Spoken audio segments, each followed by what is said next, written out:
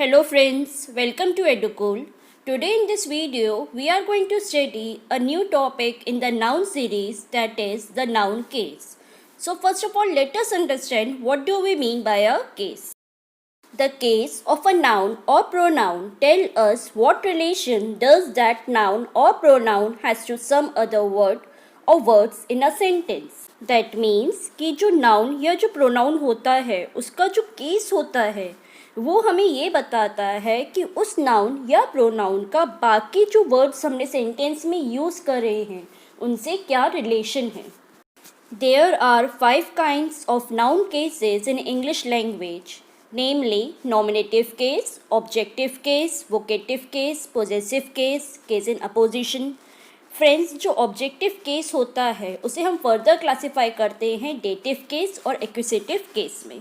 So friends, now let us understand what all these cases are. So let us start with the nominative case. A noun or pronoun that is used as the subject of a verb, यानी कि जो हमारा noun या pronoun है वो हमारे sentence का subject है, वो कोई एक्शन परफॉर्म कर रहा है, वो डूअर है किसी एक्शन का, तो हम कहते हैं कि वो जो नाउन या प्रोनाउन है वो नॉमिनेटिव केस में है. फ्रेंड्स, नॉमिनेटिव केस को इसी वजह से कई बार सब्जेक्टिव केस भी कहा जाता है.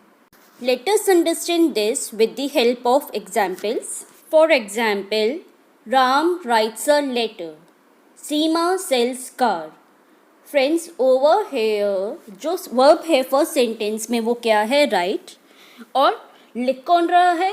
Ram. So Ram is the doer of an action. Similarly, second sentence में Seema sells car. तो यहाँ पर verb क्या है? Sell. और उस एक्शन को कौन परफॉर्म कर रहा है? सीमा. तो Seema is the doer of the action, तो ये यहाँ पे क्या हो जाएगा?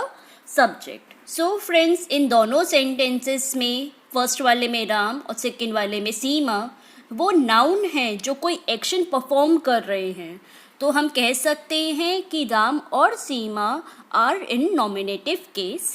फ्रेंड्स, अगर हमें किसी भी सेंटेंस में ये पता करना होता है कि इस सेंटेंस में सब्जेक्ट क्या है, तो हम क्या करते हैं? हम हु या व्हाट को हमारे वर्ब से पहले लगाकर क्वेश्चन पूछते हैं और उसका जो आंसर आता है वही हमारा सब्जेक्ट होता है. For example, who writes a letter, तो हमें आंसर मिलता है यहाँ पे राम. सिमिलरली सेकेंड सेंटेंस में हु सेल्स कार, यहाँ पे हमें आंसर मिलता है सीमा. सो राम और सीमा हमारे सब्जेक्ट हो जाएंगे. सो friends, now let us understand what is an objective case. Friends, जब कोई नाउन या pronoun object of a verb की तरह यूज़ किया जाता है तो हम कहते हैं कि वो ऑब्जेक्टिव केस में है.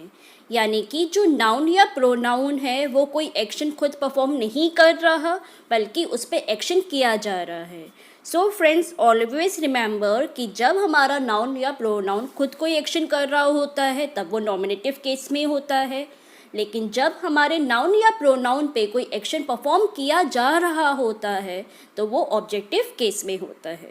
Friends, let us understand this with the help of examples. Ram writes a letter. So over here the subject is Ram.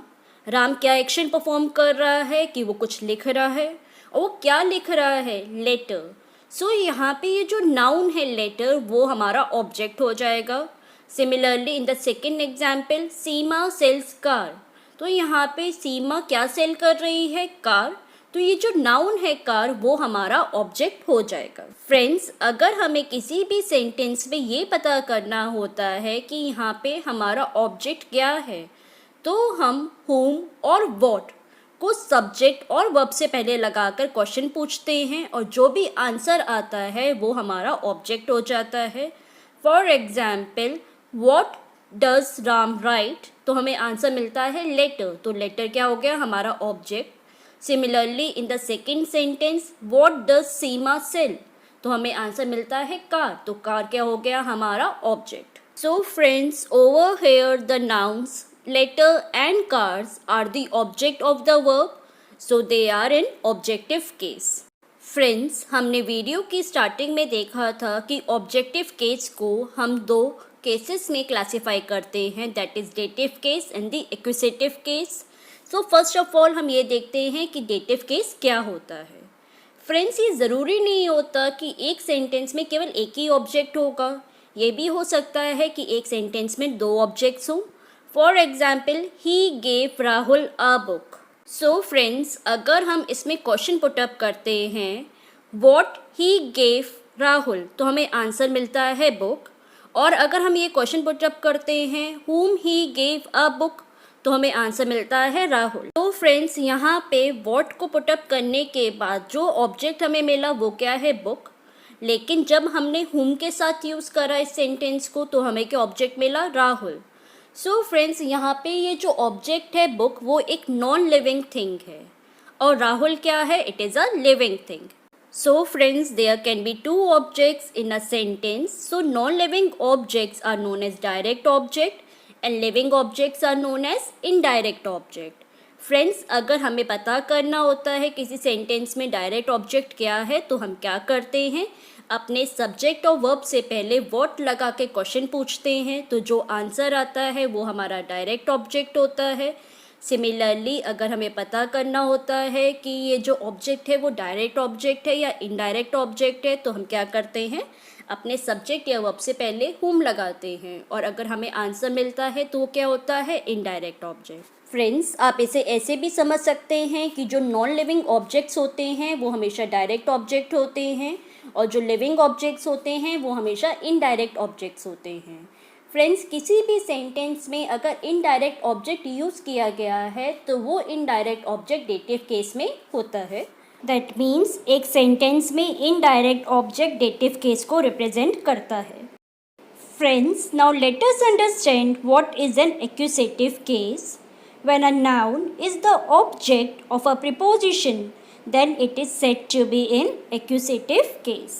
यानी कि जब हमारा जो नाउन है वो ऑब्जेक्ट ऑफ अ वर्ब नहीं है बल्कि ऑब्जेक्ट ऑफ अ प्रिपोजिशन है, तब इस केस में जो नाउन का केस होगा वो क्या होगा, एक्यूसेटिव case. For example, my book is on the table. So friends, यहाँ पे जो ऑब्जेक्ट है वो क्या है, टेबल, और उससे पहले क्या प्रिपोजिशन आ रहा है, ऑन. सो फ्रेंड्स, यहाँ पे जो प्रिपोजिशन है उससे हमारा ऑब्जेक्ट रिलेटेड है, उसका हमारे वर्ब से कोई रिलेशन नहीं है. सो यहाँ पे ये जो ऑब्जेक्ट है टेबल, वो किस तरीके का होगा, ऑब्जेक्ट ऑफ अ प्रिपोजिशन. तो यानी कि यहाँ पे ये जो नाउन है वो किस तरीके का नाउन हो जाएगा, एक्यूसेटिव केस का noun. Friends, let us take one more example. Geeta is watching television in the room. So friends, यहाँ पे जो ऑब्जेक्ट है वो क्या है, रूम, जो कि एक नाउन है और उससे पहले क्या प्रिपोजिशन आ रहा है, इन. सो फ्रेंड्स, यहाँ पे जो हमारा ऑब्जेक्ट है रूम, वो किस तरीके का ऑब्जेक्ट है, object of a preposition. It has no relation with the verb is. Therefore ये जो नाउन होगा वो किस तरीके का नाउन होगा, एक्यूसेटिव केस का. Friends, now let us understand what is a vocative case. When a person or thing is being addressed, it is said to be in the vocative case. That means अगर हमारा कोई noun है जो कि क्या है, कोई पर्सन या थिंग, और हम उसको उसके नाम से बुला रहे हैं, तो इस केस में वो जो केस होगा वो क्या हो जाएगा, vocative case. For example, Sonia come here. यहाँ पे हम सोनिया को एड्रेस कर रहे हैं, उसे बुला रहे हैं, तो जो सोनिया है वो एक नाउन है और वो किस तरीके का केस हो जाएगा, यहाँ पे vocative case. Similarly, sit down girls. यहाँ पे हम किसको एड्रेस कर रहे हैं, गर्ल्स को, उनको कुछ ऑर्डर दे रहे हैं, उनको बैठने के लिए कह रहे हैं.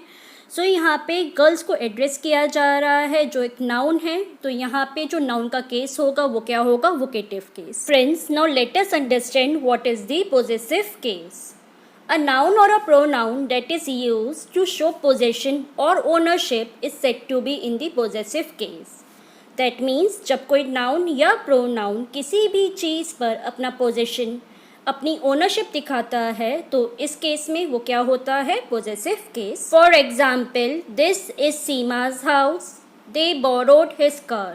So friends, अगर हमें ये पता करना है कि किसी पर्टिकुलर ऑब्जेक्ट पर किसका पोजेशन है, तो हमें क्वेश्चन पूछ सकते हैं और क्वेश्चन फ्रेम करने के लिए हम क्या करेंगे, whose plus object plus verb. So यहाँ पे जो क्वेश्चन होगा फर्स्ट सेंटेंस में वो क्या होगा, whose house is this. So friends, ये क्वेश्चन पूछने पे हमें आंसर मिलता है सीमा। तो सीमा वो नाउन है जो पोजीशन या ओनरशिप दिखा रहा है हाउस पे। So friends, in the first example Seema is the noun in the possessive case. अगर हम अब दूसरा एग्जाम्पल देखते हैं, वो क्या है, दे बोरोड हिज कार।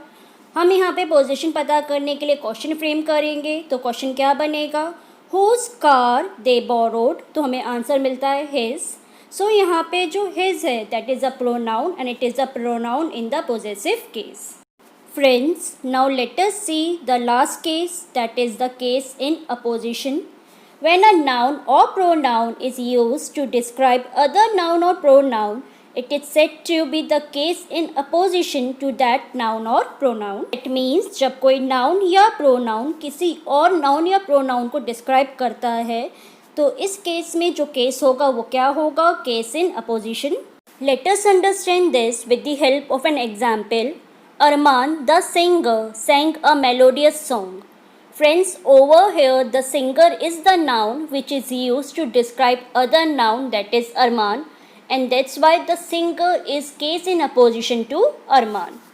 Friends, ऐसे ही सेकेंड एग्जाम्पल देखिए, Shyam my friend is a doctor. So friend यहाँ पे इस सेंटेंस में दो नाउन है, first is Shyam and the other one is my friend. और जो माई फ्रेंड है वो नाउन किसको डिस्क्राइब कर रहा है, शाम को। सो इस सेंटेंस में my friend is case in apposition to Shyam. Therefore friends, वो नाउन या प्रोनाउन जो किसी और नाउन या प्रोनाउन को डिस्क्राइब कर रहा होता है वो कैसा केस होता है, the case in opposition. Friends, that's it, यहीं पर हमारा टॉपिक कंप्लीट होता है। आई होप आपको नाउन केस क्लियर हुआ होगा, but still if you have any doubts, you can ask me by mentioning them in the comment section. That's all for today. Bye bye.